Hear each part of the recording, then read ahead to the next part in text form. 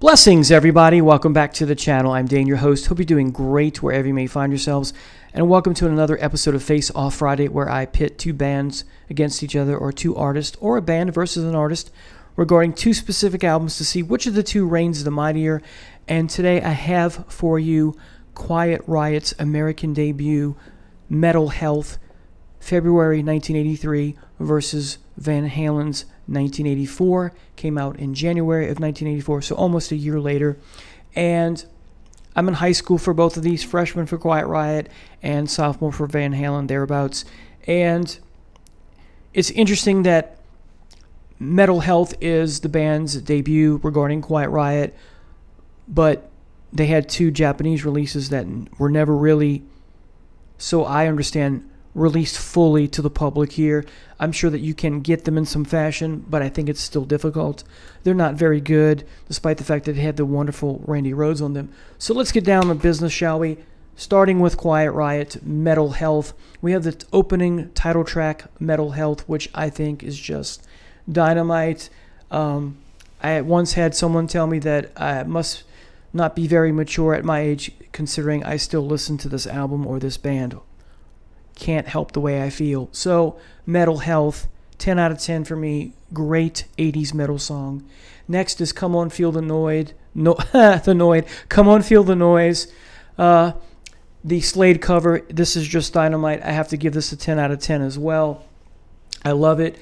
Then we get Don't Wanna Let You Go. It's a slow ballad type song. It's okay. I just give it a 7 out of 10. Next we have Slick Black Cadillac, which I just love.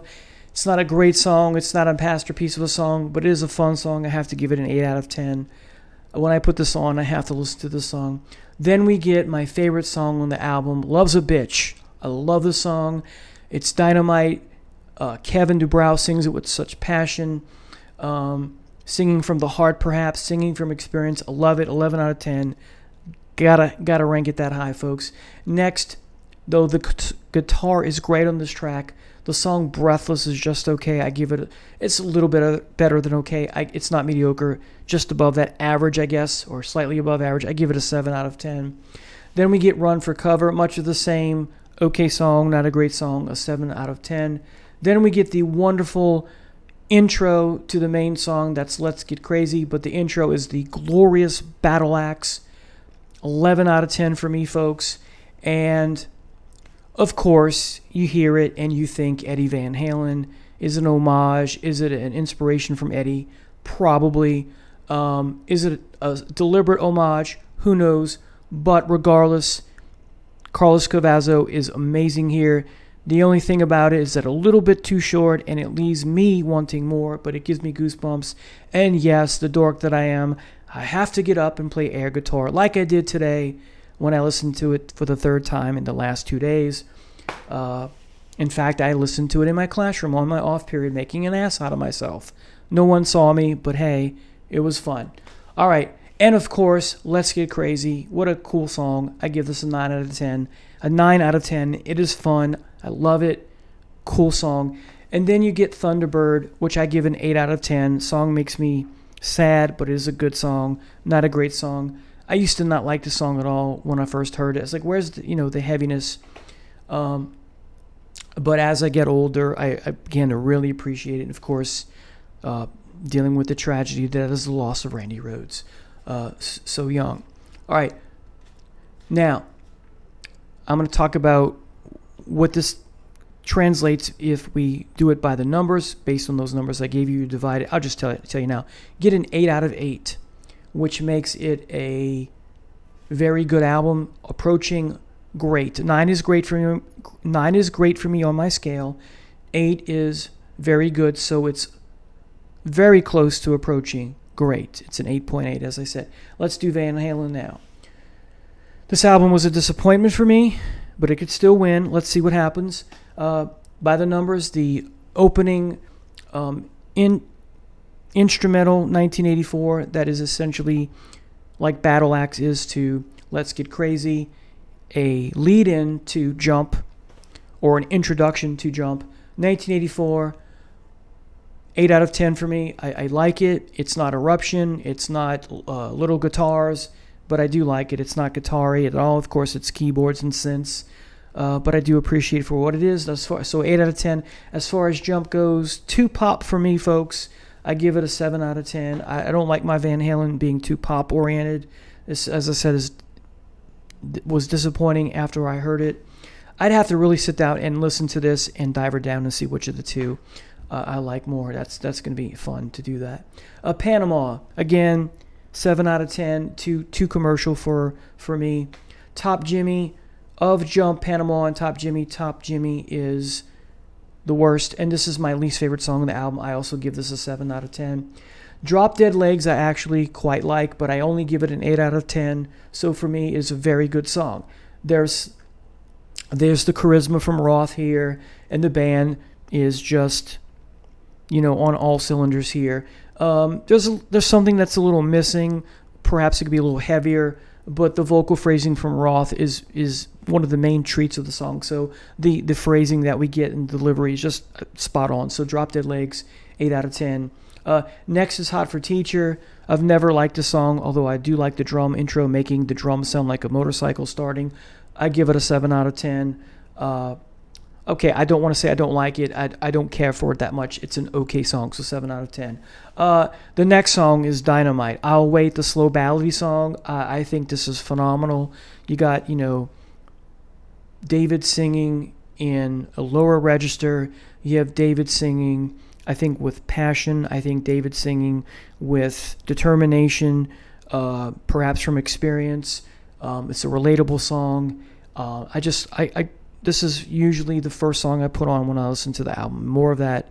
I'll explain that in a little bit, just a minute. But I'll Wait, I think, is a great ballad from the band. Yeah, it's commercial, but it's so much better to me than Jump, Panama, Top Jimmy, and Hot for Teacher. So I'll Wait.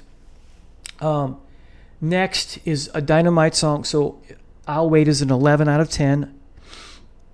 To me, it's that good. Next, Girl Gone Bad is also an 11 out of 10, but ironically, I like it even more than I'll Wait. This is the Van Halen I know I love. I'm sorry, this is the Van Halen I know and love. If I would have been in charge, I would have lobbied for this song to be the hit off the album, not Panama and Hot for Teacher and Jump. It's got all the makings of a great Van Halen song, and it does possess all the makings of a great Van Halen song. Eddie's guitar playing is just dynamite here. It's what you expect from a Van Halen record. It's what you expect from Eddie's playing. Some of the guitar playing kind of reminds you of some of what's going on Women and Children First, Tora, Romeo Delight, that kind of thing. Roth's energy here is above and beyond expectations, I think. And of course, Alex and Michael as the rhythm section is just charismatic and charming and powerful as well, but of course in a different way. And then finally, a little anecdote here. This is an 11 out of 10 song. This is House of Pain. I remember the first time I heard this. I'm in Pizza Hut in Chalmette, which is a suburb of New Orleans, and I'm with two of my friends and their little sister and their parents, my best friends growing up. So I'm in high school, and the song comes on the jukebox in the Pizza Hut, and I'm like, whoa, is that Van Halen? I hadn't heard this song yet off the album because it just came out. I'm like, oh my God, this is my favorite song on the album. This is one of my favorite songs by Van Halen of all time. It's heavy. It's almost a heavy metal song. It has its slow moments, but boy, this is a powerful song. Again, if I would have been in charge, this would have been the song that I promoted along with I'll Wait and Girl Gone Bad, especially Girl Gone Bad and House of Pain. So you have the album for me closes with 3 masterpiece tracks, 11, 11, and 11, or legendary tracks. And that's the highest rating I get for a song or an album, 11. So again, I'll Wait, Girl Gone Bad, House of Pain, in many ways make up for the kind of lackluster stuff you got going on in the previous parts of the album. So the intro again to the song is dynamite, and the way that Roth belts out the title of the song, House of Pain, and then the crunchy guitars and the drums and the bass is just fabulous. Again, Van Halen, grown, come to know and love is present, is Dynamite here. So if you do it by the numbers, you add up all the songs, divide by the number of tracks, you get an 8.5, which, like Metal Health, is a very good album. So this is a tough decision for me. So 8.8 is Quiet Riot, Van Halen, 1984, 8.5. Which of the two do I pick? Which of the two is my favorite? Before I recorded this video, I was dead sure on Quiet Riot's, not because it's an 8.8 and Van Halen's an 8.5, but just going with my gut. Now my gut's telling me I'm going with Van Halen, and I am. The Van Halen record, even though it's an 8.5, just 0.3 points shy of Quiet Riot. And I love this Quiet Riot album. I listen to it quite frequently, and I don't listen to Van Halen as much. So you think, gee, I got to pick Quiet Riot. No, I'm picking Van Halen. I'm making a audible at the line of scrimmage. I'm always going to listen to Metal Health more than Van Halen. But because of I'll Wait, Girl Gone Bad, and House of Pain, I got to choose it. So Van Halen, ding, ding, ding, 1984, you're the winner. Thanks for watching so much. Thanks for watching, everyone, so much. Let me try again. Thank you so much for watching. I appreciate it. Take care. God bless. See you next time. Bye now.